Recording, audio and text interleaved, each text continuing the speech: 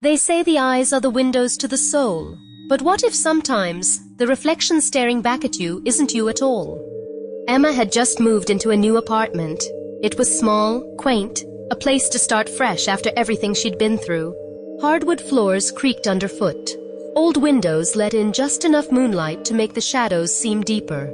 And there was an antique mirror hanging in the hallway. An old-fashioned thing, framed in dark wood, out of place in such a modern apartment. At first, she didn't think much of it. Mirrors are common enough, right? But every time Emma passed by it, she couldn't shake a feeling. An unsettling feeling. A weight pressing down on her chest. Like the mirror wasn't just a mirror. One night, as she passed by on her way to bed, she stopped. Something caught her eye.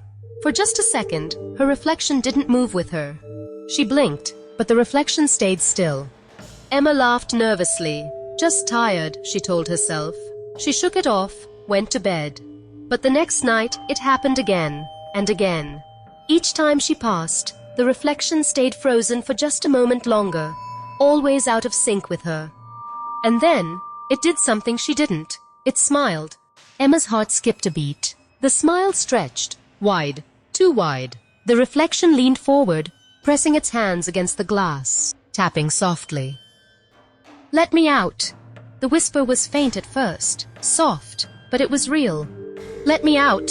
Emma froze. Her breath caught in her throat. She couldn't move, couldn't tear her eyes away. And then, she did. The next night, Emma couldn't sleep. The whispers wouldn't stop. They were soft, scraping against her mind like nails against glass. "Let me out." They were coming from the mirror. She didn't know what to do. The more she tried to ignore it, the louder it grew. The next day, she stood in front of the mirror, her hand hovering above it, her body trembling. The glass felt cold, impossibly cold. She stared into her reflection, and this time, her reflection didn't look quite the same. Its eyes were darker, colder than her own, and then it smiled again.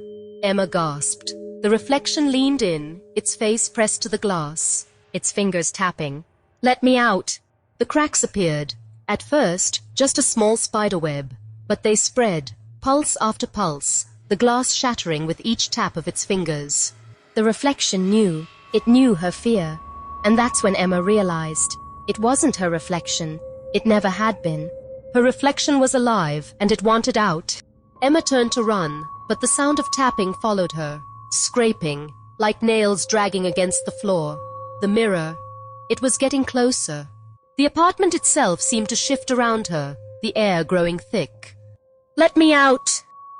She ran. The door wouldn't open. The handle twisted in her hand, but it was stuck. The room closed in around her, and then she heard it. Behind her, the whisper again, but this time it wasn't from the mirror. It was in the room with her. She turned, and standing there in the doorway was her reflection. But it wasn't her. It was something else. And that was the last time Emma was ever seen. The mirror still waits, still watches, still listens. And if you stand in front of it long enough, you might hear it too. It's always waiting for someone else.